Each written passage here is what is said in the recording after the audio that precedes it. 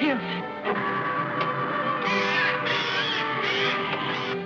And you will kill again. You're getting closer and closer to the most unnatural kind of death.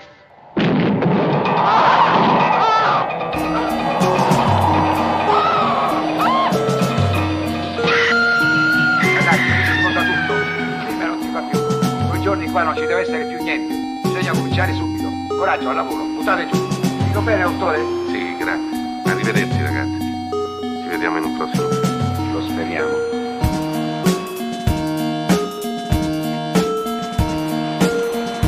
Ciao, marinai.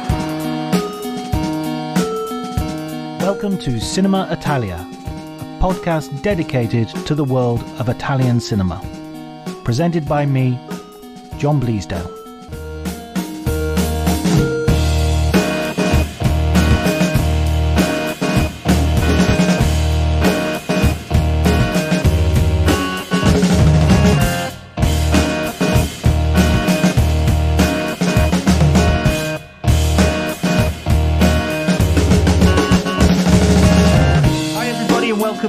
Cinema Italia, the podcast which celebrates Italian film from the silence to the present day. And I'm delighted to have with me Philip Gwynne Jones, the massively successful novelist of a series of crime novels set in Venice. He lives in Venice. And in fact, we should have done this, Phil. This was one of my ideas that didn't quite work out, because we often meet to have coffee at a bar in Venice. And it would have been lovely to have done this recording from there. Yeah, we should have done a live recording, shouldn't we? Absolutely, yeah. I might have needed something rather stronger than a coffee, but yes.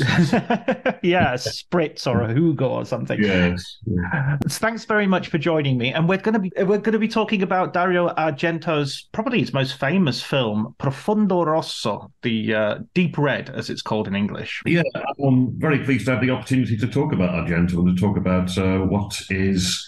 I can never quite decide if it's my favourite film of his or not, but it's one with a lot to talk about. So that's why I suggested this as an idea. Yeah. Yeah, and you told me very specifically that I had to watch the Italian version and not the English version. Why was that? Right, it's a little bit longer, and it depends what sort of film you're expecting. First of all, it doesn't really matter if you watch it in Italian or if you watch it in English, because it was all recorded basically in English anyway, and then dubbed afterwards. The only actor, I think, who didn't record in English was Clara Calamai. Everybody else, I believe, actually recorded in English and dubbed it over afterwards. So that's not really an issue here about authenticity or anything like that. There's about another 10 or 15 minutes of the relationship between Marcus and Gianna, David Hemmings and Daria Nicolodi, in the Italian one, which a lot of people don't like, and they think it slows the film down. I find it absolutely charming, and which is why I have this theory that Profondo Rosso is actually a sort of 1940s screwball comedy with axe murders. And so I really like that extra material that there is in the Italian version. So that's what I recommended to people. If you want to see the shock value version just for the murders and not much else, then by all means, watch the US cut or whatever. I did really enjoy watching the Italian version. I realized that I'd already seen the Italian version, so perhaps I've never seen the English version. But the Italian version starts with the David Hemmings sort of in the jazz, sort of with his jazz group, and he has this line, "It has to be trashy." And I think that's sort of like a great statement by Argento of where his art is. And where they're recording as well, it's like the jazz sarcophagus or something like that. I mean, it's a great location. And he says, yes, it's got to be more trashy, more of the, this is music played in the bordello and things like that. Yeah. Yeah, it's a lovely sort of thesis statement for his, statement of intent for the beginning of the movie. When did you first see this film? Had you already seen a lot of Argento, or was this your introduction? As for many people, it might be. Yeah, this was the second one I saw. The first one I ever saw was The Cat o' Nine Tails, which is his second one, effectively. It's not a film he particularly likes. I think it's a perfectly good Hitchcock-style thriller, and there's some great set pieces in it. But that was the first one I saw, and it's not that brutal by the standards of his later films. You could watch that in company without having to warn people too much about the train train murder is pretty shocking, I suppose, but it's a fairly standard thriller is what I'm trying to say. And then I thought, well, okay, well, this isn't too bad. I need to check out some of his other things. And I think the next one probably was Profondo Rosso. I can't remember where I saw it because I don't think it would have been on TV. I can only assume it must have been on VHS. Yeah, back in the day. I must have found a copy on VHS. And I don't remember if it was the Italian version or the US version that I saw. But it made a big impression on me, and I kept coming back to it, every couple of years. Now I probably watch it once a year as a feel-good movie, or even as a Christmas movie, because technically Profondo Rosso is a Christmas film. Yeah, so if we're arguing about Die Hard or things like that, you should say, oh, well, no, I spend my Christmas watching Profondo Rosso. Even with that music at the very beginning and the Christmas tree, and yeah. The Christmas tree, yeah. Works for me. What about Dario Argento? Because I remember the first time I think I became aware of Dario Argento and Profondo Rosso would have been with Jonathan Ross had that incredibly strange film show in the 1980s. Yeah. And I seem to remember him doing a Dario Argento episode. I might be wrong about that, but that sticks in my mind for some reason. I don't remember that episode, but it's entirely possible it's the sort of thing he would have done. Yeah, that's a good series there. How did I first hear about Argento? I don't know. It wasn't in any of my standard, history of horror reference books. I think it was probably in, there used to be a magazine published in the UK called The House of Hammer, which then became The House of Horror. And I remember there was a report from probably the Saturn Film Festival or something like that. And everybody was talking about this film called Suspiria. I would have been, maybe 12 years old at the time, far too young to see the film. But there was this image from Suspiria, which never left me, which was one of the earliest shots in the film. It's the woman who's crashed through the skylight and is hanging from this electrical cord, and there's blood everywhere. And below her, there's the other woman who's been bisected by a sheet of glass. And this seemed like the most extreme thing you could possibly ever see. And I thought, I do remember if I was probably reading that magazine, I would definitely turn over those 2 pages so I didn't have to look at it because it was so horrible. But that was the first time I heard of this bloke called Dario Argento. And then I suppose I'd watched various of his films over the years. And then coming to live in Italy, and it was the year that Argento's Dracula came out. Yeah. And talking about it with other students in my Italian class, and then realizing that in Italy, Argento is not a cult figure. He's kind of mainstream.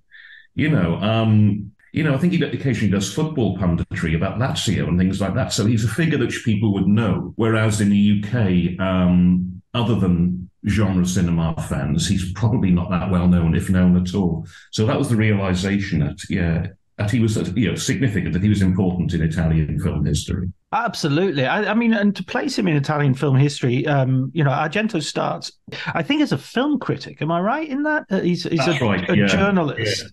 Yeah. And then he does some writing for Sergio Leone. He's one of the credited script writers of Once Upon a Time in the West, along with Bernardo Bertolucci, which makes that film just an amazing.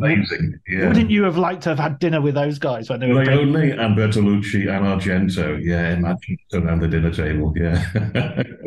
So he's doing that sort of stuff, and then so he's in and around a lot of different people and the industry and what have you. And as you say, in Italy, he's definitely considered mainstream. He's definitely sort of on talk shows and, considered a figure. And really partly because there is a lot of genre of cinema that is in the mainstream. That a lot of people go to see gialli and a lot of people go and see horror films and Polizeski during his period of real prominence, during the 70s and 80s. And so that's exactly when he's making these films, they're getting mass audiences in Italy, if not internationally. Yeah, I mean, he was very much in the right place at the right time, at the highlight of the gialli, the poliziotteschi, etc., etc. And if you think about figures that came after him, people like Michele Soavi, who I think is a pretty good filmmaker, but unfortunately he was just not there to ride that wave. He's just a little bit further on, and interest was waning. People were moving away from that sort of style of cinema. So he was his great period spans the great period of the Giallo, I suppose. And he's sort of one of these figures as well who's been somewhat rediscovered, especially this period of his has been rediscovered in recent years with people like Nicholas Winding Refn and other sort of noted Hollywood directors, sort of, and of course the remake of Suspiria. Yeah. I think Quentin Tarantino, I'm pretty sure he's a fan as well, but yeah. Yeah, exactly. That sort of grindhouse. This is exactly that sort of stuff that Tarantino and Eli Roth and all those directors will name check. So let's get on to the actual film itself then. So we have David Hemmings, who at this point he's made Antonioni's Blow Up, right? Yeah, he's done that, and he's this is about 5 or 6 years on from Blow Up. So he's a figure. He's important. He's not quite the beautiful young man of the swinging 60s anymore. I mean, his career, I think, has peaked by this point.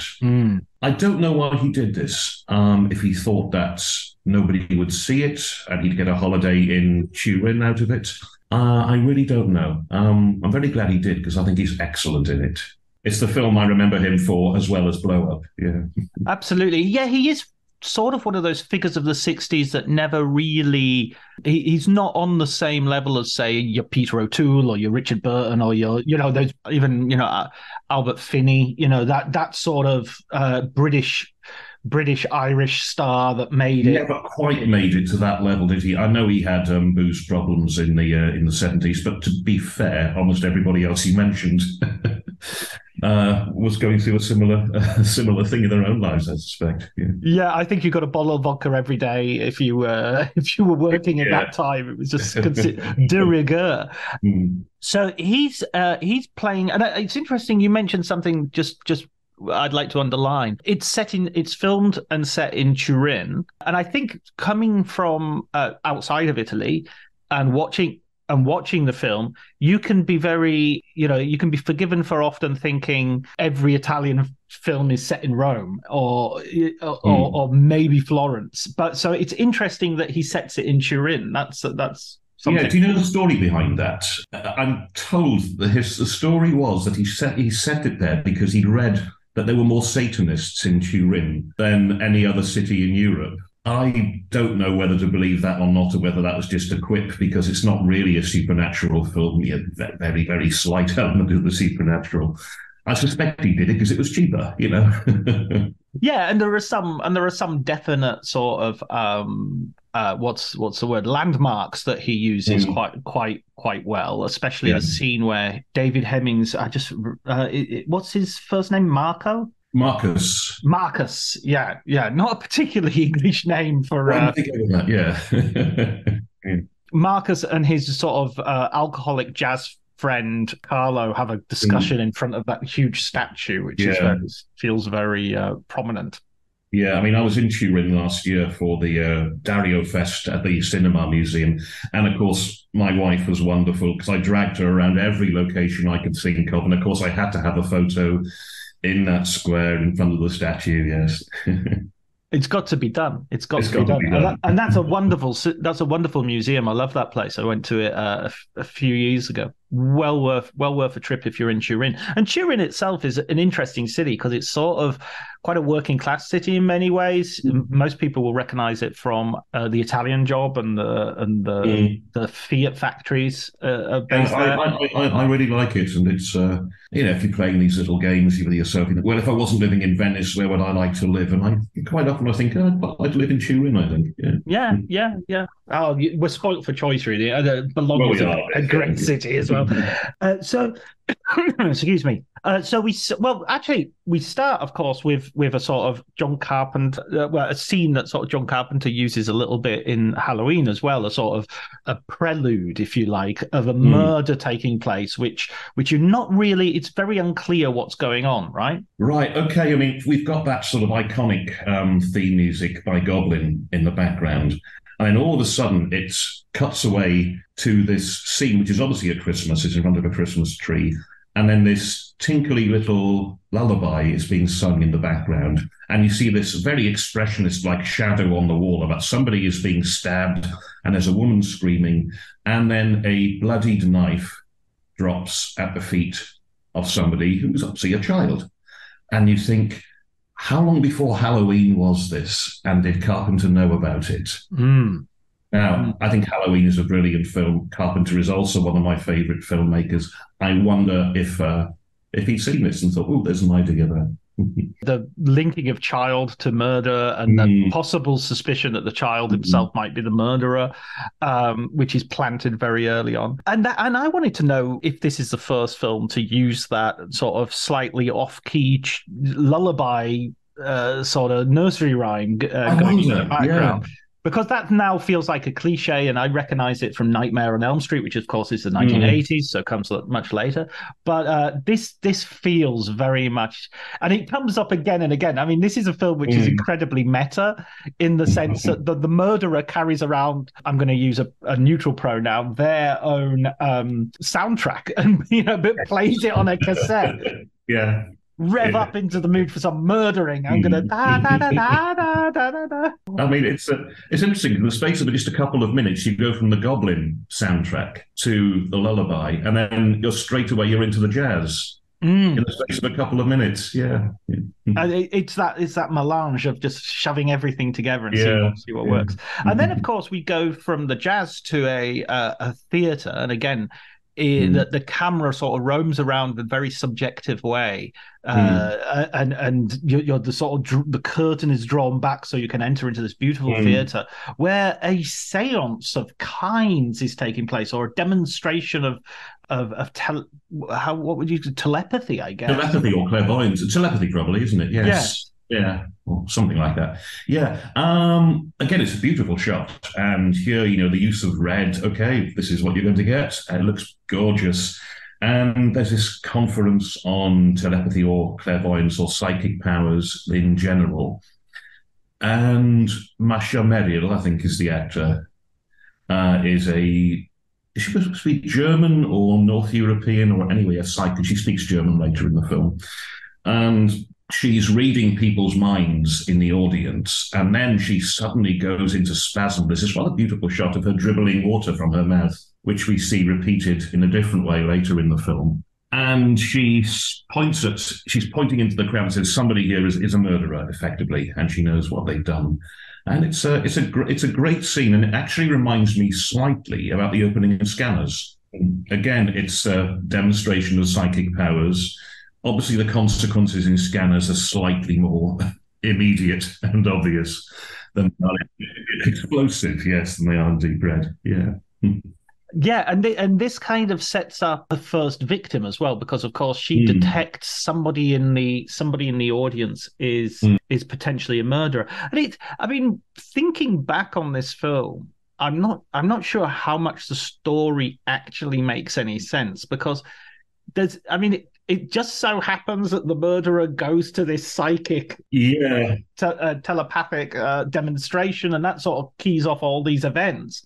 But it's not very organic as a way of. I think with Argento, he's like a card sharp, I think, and he keeps his cards moving so quickly that the trick is over. And then later on you think about it and you think, oh, okay, I didn't realize that at the time, because he was moving the pieces so quickly, you don't have time necessarily to think about, does this actually make a great deal of sense? No, I think it cheats a little bit at the end.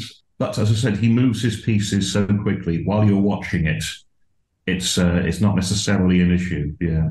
There's so much dexterity in the performance. It would be churlish to sort of pick him apart with logic. Yeah, he's the magician pulling a rabbit out of a hat, and later on you think, oh, I suppose we've been a bit cheated there, but there we go, we let it go.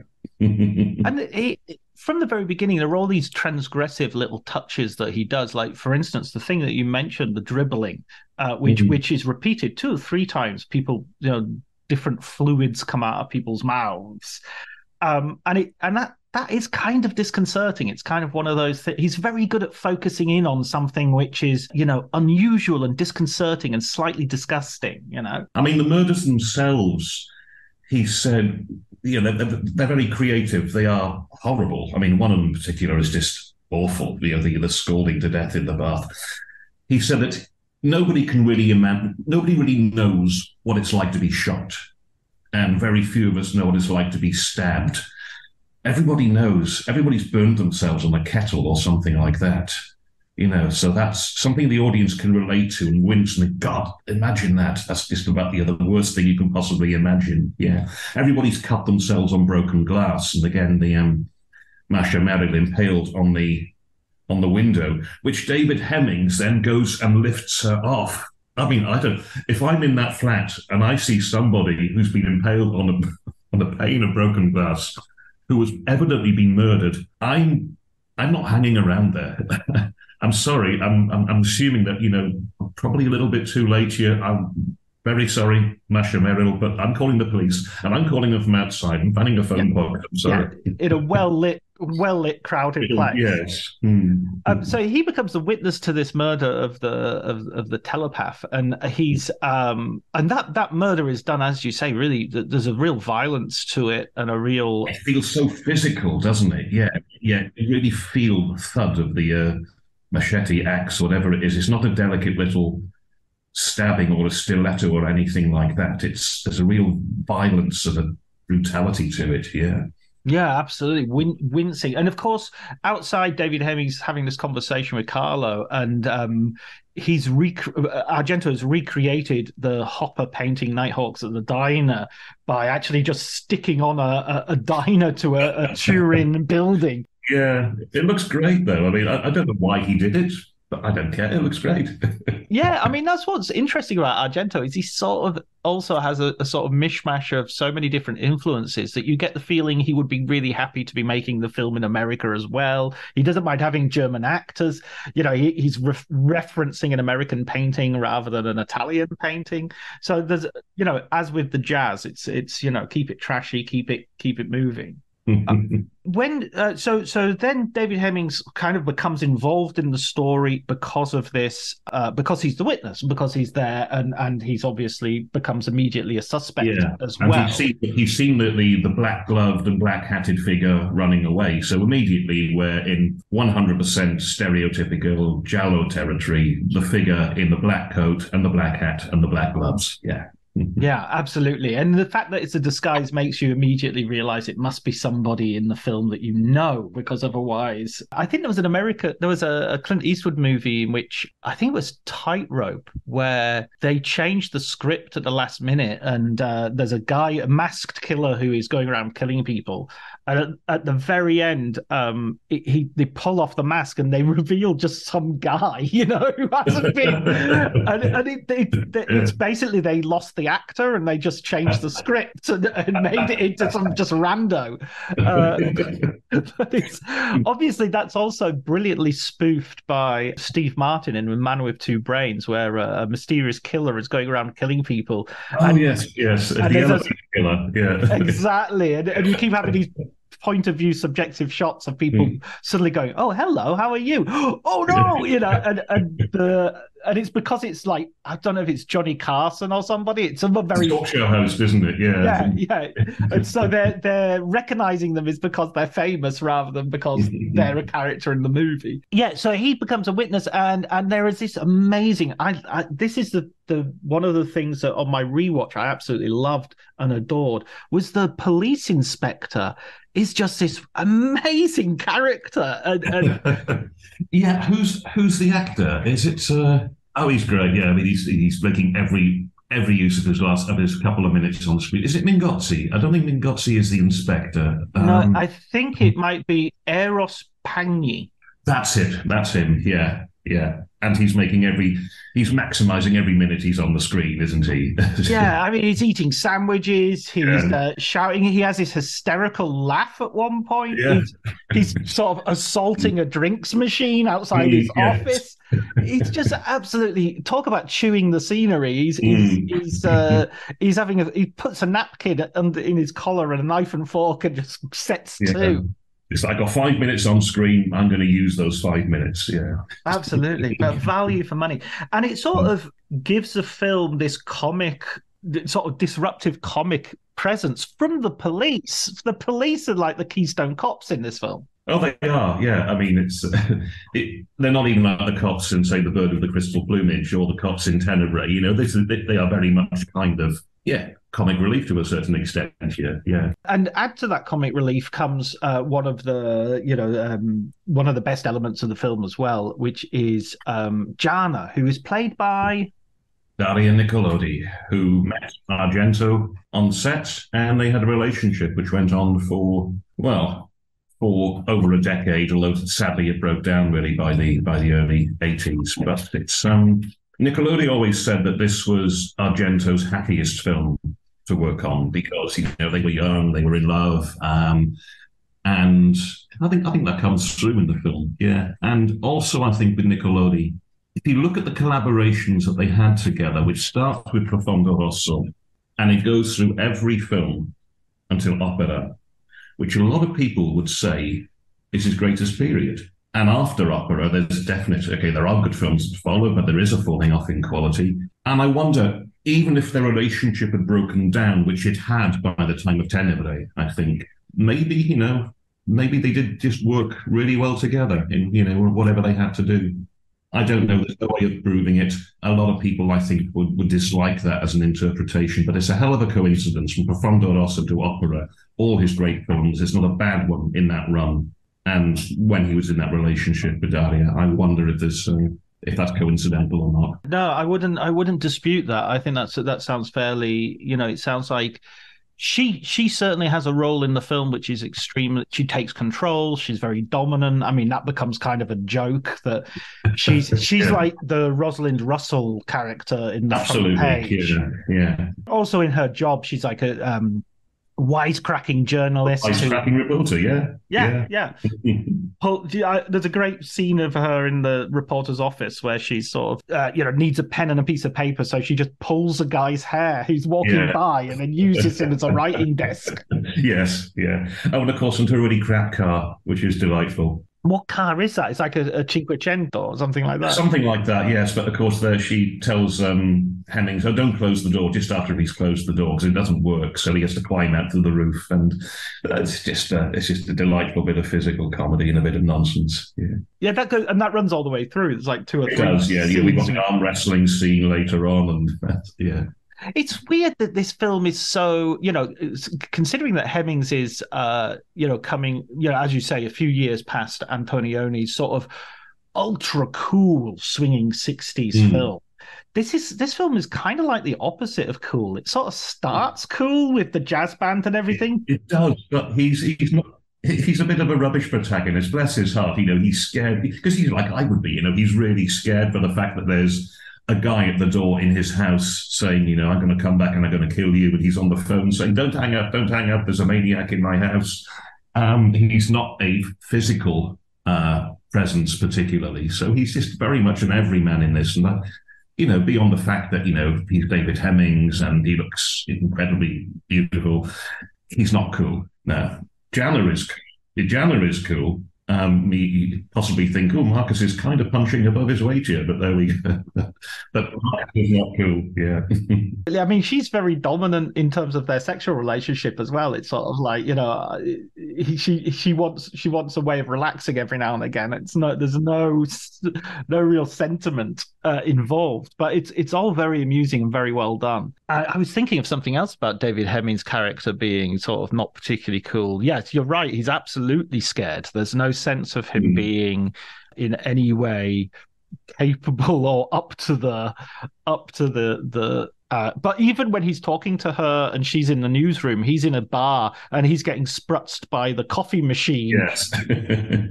Which is also very clever because it also introduces the idea of, being burnt by hot steam. And of course... Oh, that's clever. I hadn't thought of that, but yes. Yeah. Oh, that's smart. Yeah. Yeah. Just like a little introduction of the idea, so you know what happens. So, I mean, let's get to some of these murder set pieces, because I think this is what Dario Argento sort of is most famous for. Though I would recommend people watch the longer Italian version, just because I love that relationship and it getting enough oxygen to breathe in. The murder that you I think it's the second murder, the one that you mentioned earlier, which is the scalding in the bath. That is awful. Yes, I mean, I can't try to dance around it. Yeah, I mean, I've seen more. Argento has had more extreme murders on screen, but I think we can imagine that. What's worse than drowning? It's drowning in scalding water. Yeah, awful. Awful. We've all put our toe in the bath and thought, "Ow, that's too hot," Yeah, and this is your face in that bath. Your face, yeah, yeah. And of course, it's his. You probably know this. It's his hands doing the murder every time, and he says it's just because he knew what he wanted it to look like, and it was quicker for him to do it than it was for anybody else to pull on the black gloves and do it himself. Yeah. But again, it's very, very well staged, that particular scene. I detected a but there. He says this. Is there a sort of a sense that he's enjoying it a bit too much? I wonder. Yeah, I mean, for the viewers who are listening, this is I bought this on eBay. It's a black glove signed by Argento. Wow! And it sits on my writing desk. But yeah, it's a black leather glove signed by Argento. It sits on my writing desk. It's too small for me. So otherwise, you can bet your life I would have put it on, and posed with a kitchen knife or something like that. Oh God, I'm so glad we're doing this remotely now, because I would have been very David Hemmings and shot out of my seat, I think. Yeah, I mean that this murder is brilliantly done. It's really, but there is I do have a sort of, not necessarily a problem, because I think it comes with the territory, but there's a glee to the murder as well, which is very disturbing, and it leads to this accusation that Argento is misogynistic, and indeed the Giallo in general is a misogynistic way of kind of ugly men punishing beautiful women. It is. And of course, there's that famous quote by Argento about where he said he would rather see a beautiful woman murdered than an ugly man, aesthetically. My wife will not watch Tenebrae. She got 30 minutes into Tenebrae and saying, "Why am I watching this? A woman is murdered every 5, 6, or 7 minutes." And when I said, "But if you hang around, you see lots of men get murdered as well." But, I can understand why she didn't really think that was a suitable get-out. It's something you have to deal with Italian cinema of this period, is that, can you look beyond the misogyny? Because it is there. Yeah. It's one of these things. It is what the cinema of the time was like. In some ways, I think, okay, he kills lots of beautiful women. There are great roles for women in all of his great movies. Think about, Suspiria is next, which is pretty much an all-female cast. Very good roles for them in Inferno, in Opera, in Phenomena, which is another really good role for Dario. So he casts, his films are good, strong, interesting roles for women. It's just unfortunate he does seem to like killing them off quite a lot. Yeah. He never shies away from it. No. No, absolutely not. And graphic, painful, torturous, sadistic kind of ways. No, I mean, I get it with the period. I don't think I think there is a sense that you're watching something which, I mean, you have to look at in the same context that you might watch The Jew of Malta on stage, the Christopher Marlowe play. Yeah, it reflects something of its time, which is no longer particularly acceptable. I mean, for me, a more disturbing one is perhaps Sergio Leone's films, because I love Sergio Leone perhaps because I love him much more than I love Dario Argento. But there's a misogyny that runs through all of his films, all of the dollar films which is Once Upon a Time in America. There's that scene which is really unforgivable. I mean, it's which we've talked about. We talked about in an earlier episode with Pete Biro, but it's kind of, as you say, it's kind of unforgivable. It goes on for way too long, and but you are right in one thing, which is not only are the women interesting, the women are often the people actually doing the murdering as well. Oh yeah. Quite often they're the prime movers. Yeah.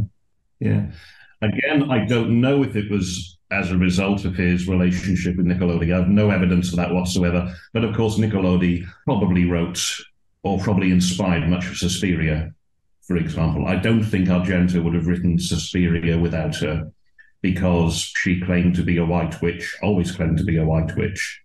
And I think there's a joy in the supernatural in Suspiria, which you don't see in Argento's earlier films. It's the first purely supernatural one that he does, and I think that must have come from her. She never got as good a role as she did in Profondo Rosso, which is a great shame. She wanted to have the Jessica Harper role in Suspiria, but she was probably too old. Even though she was only mid-20s, she was probably too old for that. She's got an interesting role in Inferno. Tenebrae, not so much. She gets to be great in Phenomena because she can be completely mad and over the top, and that's a really nice role for her as well. And it's interesting you talk about the supernatural in reference to Profondo Rosso, because Profondo Rosso obviously is really a serial killer film, a slasher film, if you like. But it does have this thing of telepathy. It does have this thing of sort of a haunted house, which turns up, and it also has these sequences which sort of arrive. I suppose if I wanted to be poncy, I could say non-diegetic sort of things where the camera roams in extreme close-up around sort of marbles and various things. Which it almost feels like an excuse to just have a bit more Goblin music, and why not? And why not? Why not? We haven't mentioned Goblin. Yes, we haven't mentioned Goblin. Well, go ahead. Even in some of the earlier, everybody says, "Well, a giallo is not supernatural. This is why we get cross with people who call Suspiria a giallo." No.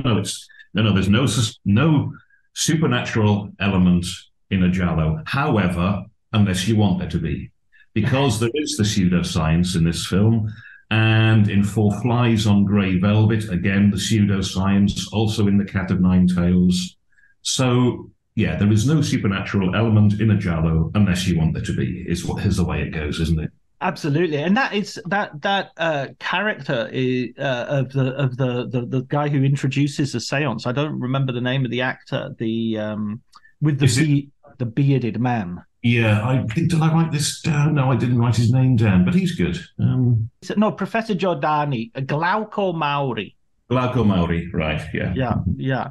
And his murder is sort of like I was wondering if Once Upon a Time in Hollywood was perhaps referencing his murder with it sort of being banged on the various mantelpiece corners and coffee table corners. Again, it's I have to say I actually ripped this off in my third novel. Where somebody is found having had their teeth knocked out by having it being hammered against an altar rail, because that was just the worst thing I could imagine. And again, Argento thinking about everybody can probably imagine, the pain of having a tooth knocked out, but the pain of having it done repeatedly with your face pushed against a solid object is worse than being shot, and it's worse than being stabbed. And again, the brutality of it. Why am I doing this? Just because it's awful. This is one of the worst things you can imagine. So I did. I was rather more discreet than Dario was in the novel, but I did get the idea from there. Oh, it's good to know that his influence is alive and well.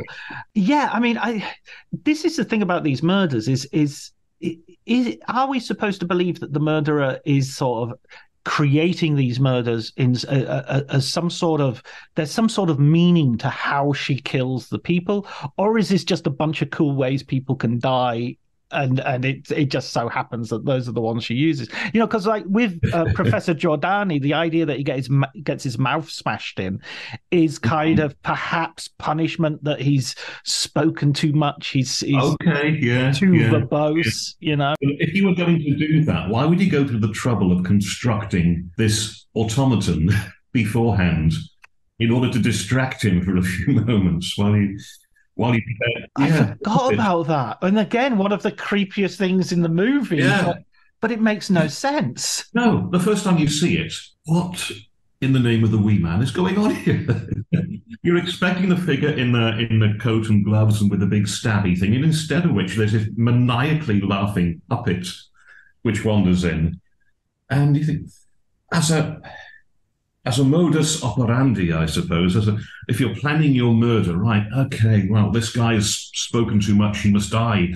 But first, I must construct a perfectly functioning robot in order to distract. Yeah, which is going to be destroyed straight away. But as you say, it's just a sleight of hand. Look over here, and wham! It looks like something out of a Terry Gilliam movie. It does. It's Carlo Rambaldi, who was very active in cinema, Italian cinema at this point. And later went on to make E.T. He did, yeah, and he was the guy who got hauled up in court with Lucio Fulci and had to demonstrate that dismembered dogs in is it Don't Torture a Duckling? Or Lizard in a Woman's Skin. He had to demonstrate that a dismembered dog was actually an effect rather than they'd done something truly horrible.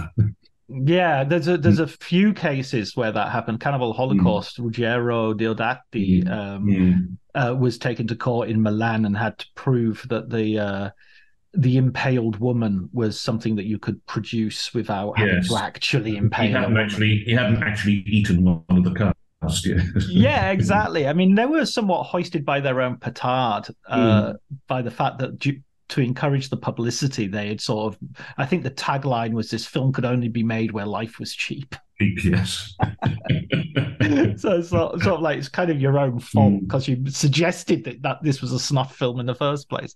So you have that bizarre murder. I think one of the most horrific killings in the film, though, isn't actually a murder. It's Carlo who has Oh yes, what a death! Yeah, go describe it for us, Phil. Paint a picture. Paint an ugly picture. Yes. Okay, we're at a point in the movie where Marcus and Jana have pretty much discovered who the murderer is. Jana has gone off on her own to call the police and has been stabbed, and we don't know what sort of state she's in. And hey, it turns out to be Carlo. And after a struggle with police, it's a fire truck that comes along, or a van or something like that. No, it's actually a garbage truck. It's a garbage truck, is it? Yeah. And something gets wrapped around Carlo's leg. And they don't notice, they go off down the road, careering away, and Carlo is being dragged behind again, something we can imagine, and it's not nice. He's bouncing off the curb, he hits a lamppost at one point, and when you think, well, he must be dead now, a truck comes in the other direction and runs over his head. Again, absolutely horrible, absolutely horrible. He doesn't really shy away from it. The sound effects are all that you would expect in something like this. And it's a pretty good death. It's a pretty good scene. Yeah. I mean, you have to say hats off. Heads off. Yes. He does the trick. I mean, these are movies which definitely you mentioned Scanners earlier, and that was a early favorite for the old rewind and pause button on the VCR. These films definitely encourage those set pieces to be sort of almost taken out of context and watched as if they were like, I don't know, musical numbers in a musical. Yeah, I mean, this is actually why I think so many Argento films take me so long to watch, because you come to bits and you think, oh, that is so good, that is so clever. I mean, there's a scene in Tenebrae with the razor blade going through the light bulb.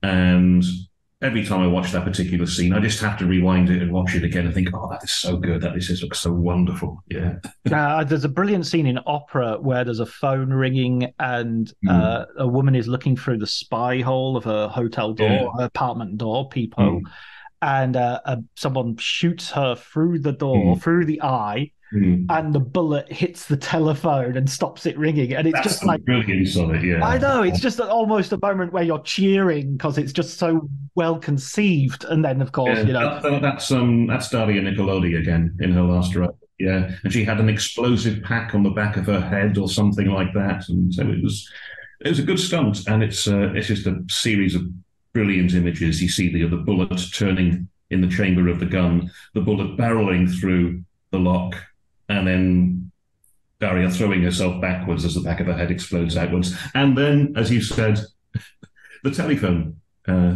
gets hit. Yeah, so clever. It's just like seeing someone sort of pot 3 balls with one shot in Yes. snooker. It has that same satisfaction of like, how did you do that trick shot? It's amazing. And so we arrive sort of at the end where the killer is revealed, and I guess we've been spoiling the whole film all the way through, but I'll It's 40 years old. We can spoil it, I think. yeah, exactly. So it turns out to be Carlo's mum, and we see the fuller version of the flashback, and she also loses her head in her final confrontation. It's also interesting that he kind of has already seen the murderer at the very beginning, because and again it plays straight with the viewer, because if you watch it again, you do see her, and it took me a couple of viewings to think, oh no, of course, yeah, that's not a painting. That actually is her there directly behind him. It's very clever. And again, at the Argento exhibition in Turin, they had a mock-up of that scene where you could look into the mirror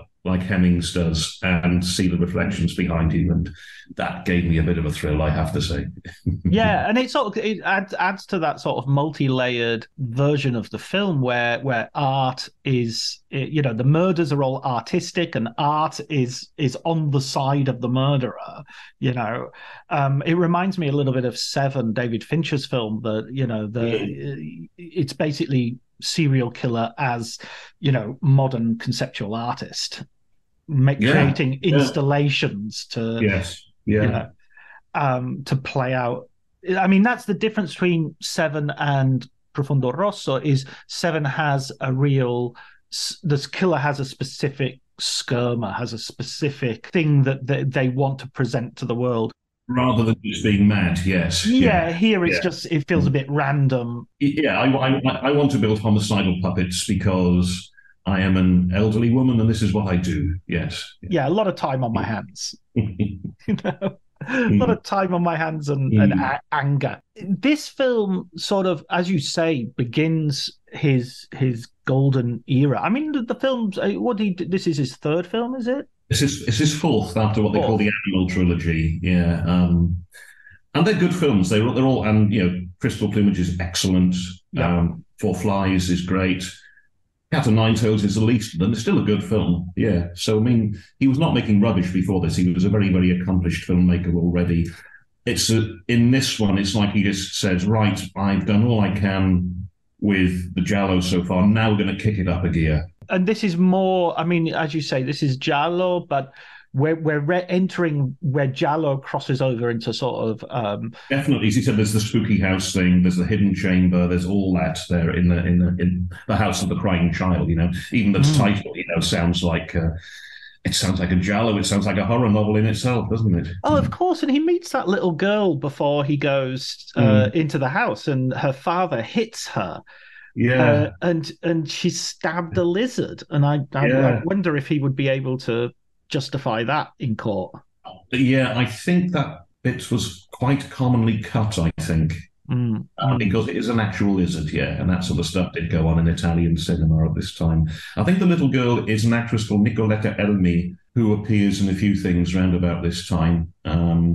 She's in a Venetian-based Giallo called The Bloodstained Shadow and a few other things in that. So she's kind of like, one of the pleasures of watching Italian thrillers in this period is it's almost like a family atmosphere where the same faces keep repeating over and over again, and she's kind of one of that stable, I think.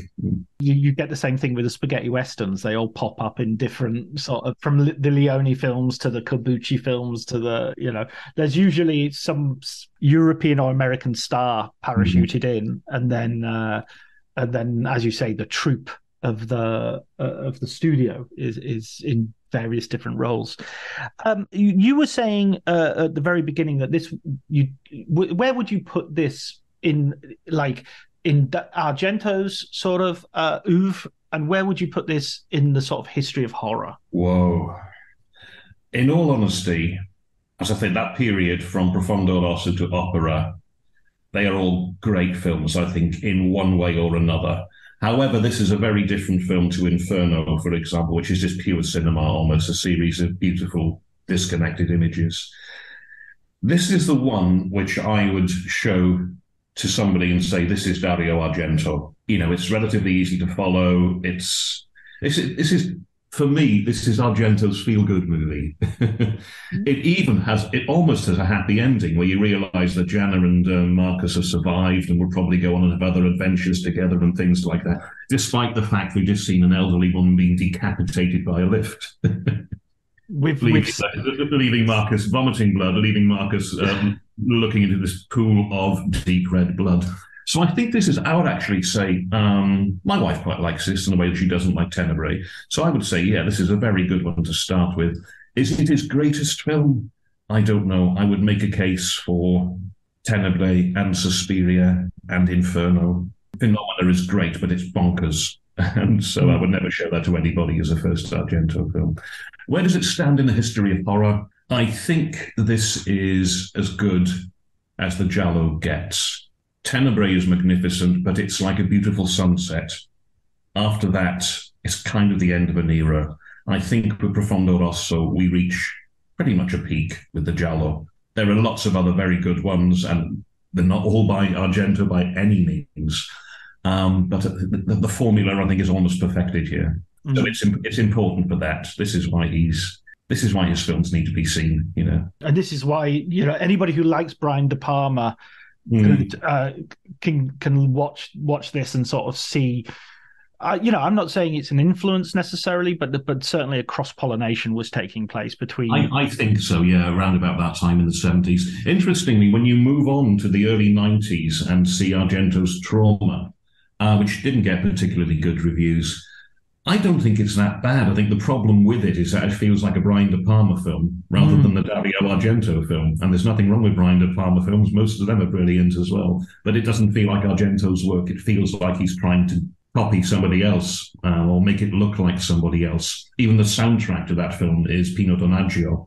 So it sounds like a Brian De Palma film. Pino Donaggio is one of those influences as well. I mean, we've already talked about Carlo Grimaldi and, you know, these Italians who are, you know, going into Hollywood and having a huge impact on international cinema in that way, as well as just craftsmen. Ennio Morricone, obviously, coming out of the spaghetti westerns, does the same. Well, listen, Phil, that's absolutely been absolute joy going over Deep Red with you, Profondo Rosso. It was a real treat to go back to Dario Argento. He's a filmmaker. I remember he was one of the first filmmakers I ever wrote about for an internet site, Electric Sheep Magazine, remember it's called. And I reviewed the Blu-ray release. I remember watching it the very first time and sort of not being particularly into it. And that was more my fault than it was Argento's, because I think I had this prejudice that Italian films had to be sort of lovely to look at. And this is a film which has its loveliness, but it's a macabre loveliness. There's a beauty in it, but it's a very dark beauty, isn't it? Yeah, exactly. And the years of living in Italy has made me realize that loveliness isn't all that there is, and you have to look for other realities here. So it was a great pleasure to sort of return to the film as well. So thanks for the recommendation. Yeah, it's been a great pleasure, and it's a delight to talk about this sort of stuff at length. It's wonderful. When's your next book out, Phil? Thank you for asking me that. It's out in the middle of July, and it's called The Venetian Candidate. So that'll be out in hardback in the UK in July, and the ebook and the audiobook will be out around about the same time. Brilliant. Excellent. So everybody should get a copy. Run out and get a copy immediately. Well, in July.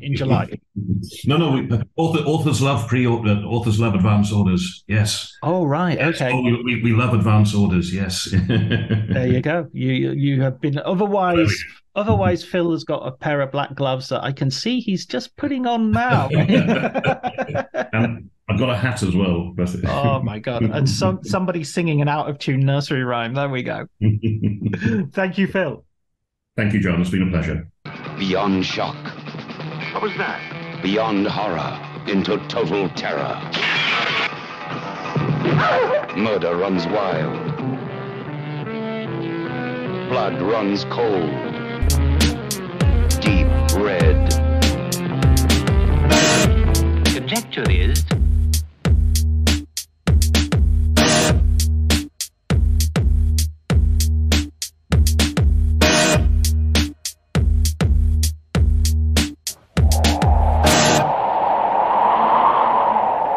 Arrivederci ragazzi. Ci vediamo in un prossimo film. Lo speriamo.